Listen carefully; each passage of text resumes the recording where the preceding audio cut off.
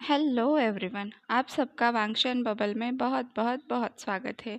हम आज से एक नई कहानी की शुरुआत करने जा रहे हैं जिसका नाम है प्रिजनर। ये भी बॉटम लावांगजे वाली स्टोरी है जिसे ऑथर हनीलफ ने लिखा है। ये वॉटपैड पर भी अवेलेबल है, तो आप चाहे तो वहाँ से भी रीड कर सकते हैं। चलिए हमारी स्टोरी के पार्ट 1 को शुरू करते हैं।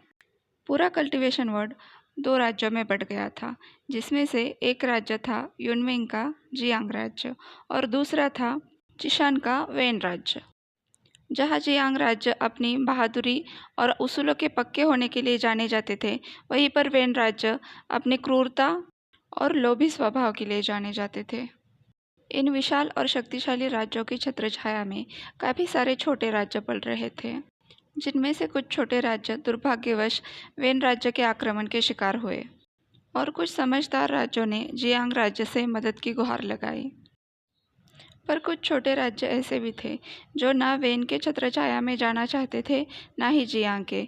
वो अपनी अलग दुनिया बसाकर अपने में ही खुश थे, जैसे कि क्लाउड रेसिस का गुसु राज्य। ऐसे राज्यों के पास अपनी कुछ खास काबिलियत थी, जिसकी वजह से वो दोनों राज्यों के आक्रमण से बचे रहते थे। जैसे कि गुसु राज्य को औषधि विज्ञान में महारत हासिल थी। पूरा कल्टीवेशन वर्ल्ड इलाज के लिए उन पर ही निर्भर था। लानलिंग का जिन क्लान भी सबको कच्चा मटेरियल सप्लाई करता था, इसलिए जिन क्लान भी कल्टीवेशन वर्ल्ड में अपना स्वतंत्र स्थान बनाए हुए था। वही बात चिंगे के निये क्लान के लिए भी लागू होती थी। वो मिलिट्री सप्लाईज करते थे। युद्ध कला प्रशिक्षण और हथियारों के लिए निये क्लान पर भरोसा किया जा सकता था।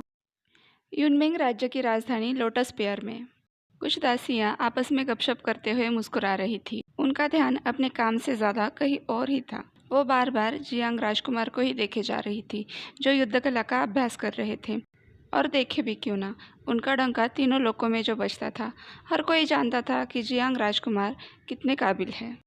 जियांग वुशियान, जिनका दूसरा नाम युद्ध के देवता था, राजपाट से लेकर युद्ध कला तक उनका कोई मुकाबला नहीं था। शत्रु उनके रास्ते में आने से पहले 10 बार सोचता था। काफ़ी लोग उन्हें कल्टीवेशन वर्ल्ड के नए सरदार के रूप में जानते थे।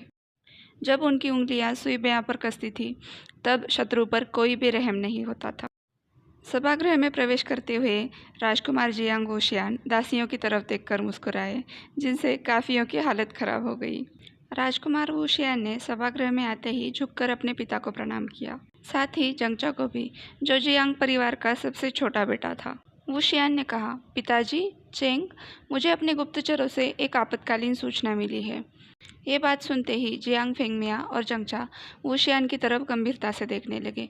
जैसे ही राज्य की बात आती है, नटखट विंग महान सेनानी वुशियान में बदल जाता है। क्या बात है वुशियान? जियांग फेंगमिया वुशियान के हाव भाव देखकर विषय की गंभीरता को समझने की कोशिश कर रहे थे। जंगचा भी अब ध्यान से उनकी बातें सुनने लगा।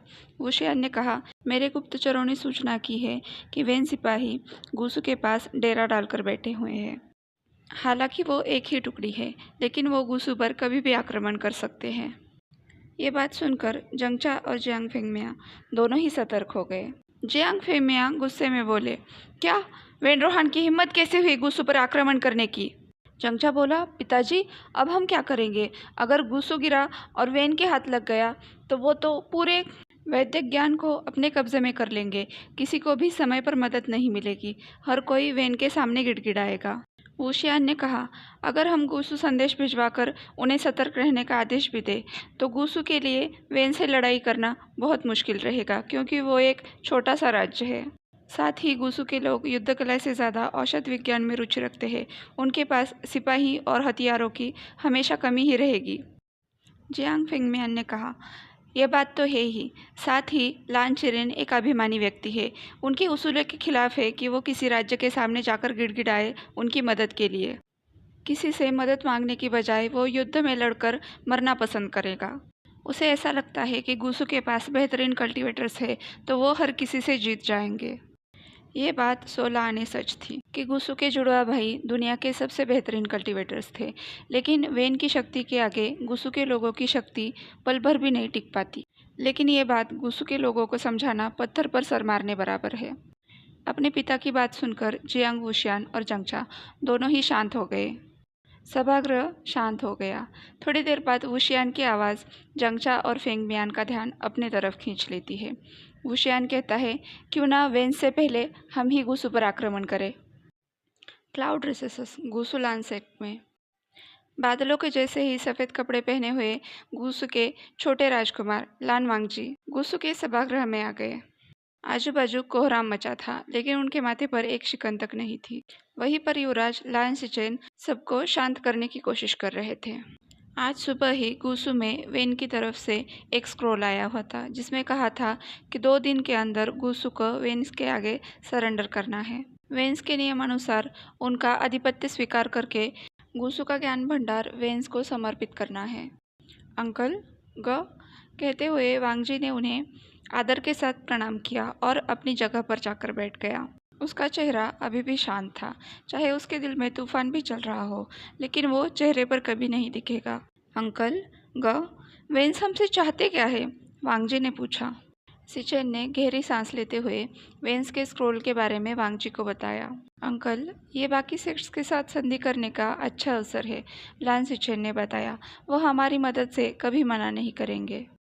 वांगजी को भी ये सुझाव बेहतर लगा, लेकिन लान चिरेन ने कहा, हर संधि अपने साथ कई तरह के घाटे लेकर आती है। अगर हमें किसी की मदद चाहिए तो हमें भी कभी न कभी उसकी कीमत चुकानी पड़ेगी। इसलिए मैं चाहता हूँ वांगजी, तुम सारे विद्यार्थियों को लेकर पर्वत की गुफा में जाओ। सिचेन, तुम सारे स्क्रोल की रक्षा करोगे और दूसरी दिशा में जाओगे। मैं यहाँ रहकर वेन्स का इंतज़ार करूँगा। अंकल! लान सिचेन और लान वांगजी दोनों एक साथ बोल पड़े। उन्हें ये ख्याल बिल्कुल भी पसंद नहीं था कि वो उनके चाचा को युद्ध के दरमियान अकेला छोड़कर वहाँ से भाग जाए, लेकिन जैसे ही चिरेन ने उनकी तरफ गुस्से से देखा, दोनों गर्दन झुकाकर खड़े हो गए। चिरेन ने कहा, मैंने तुम दोनों को इतनी अच्छी तालीम दी है कि तुम दोनों कल्टीवेशन वर्ल्ड में सबसे बेहतर कल्टीवेटर्स माने जाते हो। रही बात हमारे विद्या की, तो तुम दोनों किसी की भी रक्षा करने में समर्थ हो, यहाँ तक कि तुमने मुझे भी पीछे छोड़ दिया है। मुझे नाज है कि तुम दोनों मेरे विद्यार्थी रहे हो। इस बूढ़े शरीर को अब और जीने की ज़रूरत नहीं है, लेकिन हमारे ज्ञान भंडार और विद्यार्थियों को तुम दोनों की ज़रूरत है। इसलिए अपना अपना काम पूरी निष्ठा से करना। अब हमारी धरोहर तुम दोनों के हाथ में है। कल मध्य रात्रि को तुम दोनों को निकलना है। अच्छा होगा कि तुम दोनों जाकर आराम करो। इसके बारे में दोबारा कोई चर्चा नहीं होगी। ये मेरी आज्ञा है। इतना कहकर लान चिरेन वहाँ से चले गए। लान वांगजी अपने कमरे में लौट आया। उसकी आंखों में नींद के दूर दूर तक नामो निशान नहीं थे। उसने अपनी बेचैन को अपने पास ही रख लिया। भावनाओं की लड़ाई ने आखिरकार उसके दिमाग को थकाई दिया। जैसे ही उसने अपनी आंखें बंद की, उसे लड़ाई की शंख ध्वनि सुनाई दी। वेन्स ने तो 2 दिन का समय दिया था ना, वांगजी सोच रहा था। उसने तुरंत अपना अपर रोब पहना, साथ में अपना चेहरा भी ढक लिया। ये गुसु की प्रथा थी कि वो युद्ध के दरमियान अपने प्रतिस्पर्धी को अपना चेहरा नहीं देखने देते थे। बिचेन को हाथ में लेकर वो युद्ध मैदान की तरफ चल दिया। वांगजी और सिचेन तुरंत चिरेन से मिलने चले गए। अंकल, उन्होंने तो 2 दिन का समय दिया था ना, सिचेन ने पूछा। तो चिरेन ने कहा, पता नहीं उनके दिमाग में क्या चल रहा है, लेकिन तुम्हें अपने अपने काम अभी पूरे करने हैं। वांगजी, तुम अभी के अभी विद्यार्थियों को लेकर पहाड़ी के लिए निकलो, और सिचेन, तुम अपनी जिम्मेदारी संभालो। तुरंत, चिरेन ने आदेश दिया। अब जियांग सेना ने भी गुसु के पास डेरा डाला हुआ था। वुशियान और जंगचा आपस में बात करते हुए गुसु का नक्शा देख रहे थे। वुशियान बोला, ऐसा लगता है वेन्स ने करीब महीने भर से यहाँ डेरा डाला हुआ है, लेकिन उन्होंने आज सुबह ही स्क्रोल भेजा। हम वक्त पर पहुँचने में कामयाब रहे। वुशियान की बात सुनकर जंगचा ने राहत की सांस। वो दोनों अपने सेना की तरफ चल दिए। जियांग वुशियान ने अपनी सेना से कहा, हम अभी गुसु पर आक्रमण करने जा रहे हैं, लेकिन याद रखना, कोई जीवित हानि नहीं होनी चाहिए। गुसु में खून बहाना आपके लिए पूरी तरह से वर्जित है। साथ ही आपको गुसु के धरोहर की रक्षा करनी है। हमें बस गुसु के हर व्यक्ति को बंधक बनाकर अपने साथ युनमेंग ले जाना है। मुझे लान परिवार जिंदा मेरे सामने चाहिए, समझ गए? वुशियान ने कहा। जी सेनापति, उसे सेना से जवाब मिला। वांगजी अपने विद्यार्थियों को लेकर पहाड़ी से ऊपर की तरफ जा रहा था, तभी उस पर किसी ने हमला कर दिया।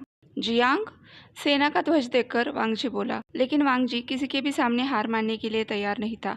उसने तुरंत युद्ध के लिए तैयार रहने का आदेश दिया। वांगजी ने तुरंत अपनी गुचिन को बुलाया और उससे शत्रु पर हमला करने लगा, लेकिन उसका वार किसी शक्तिशाली तलवार ने रोक लिया।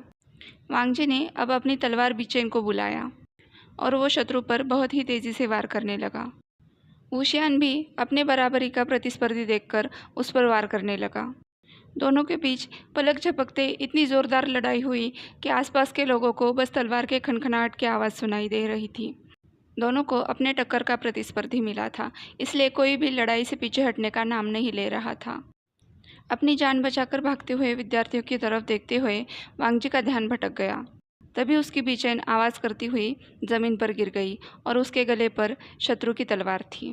वांगजी एक पल के लिए अपनी दुश्मन की आंखों में ही खो गया।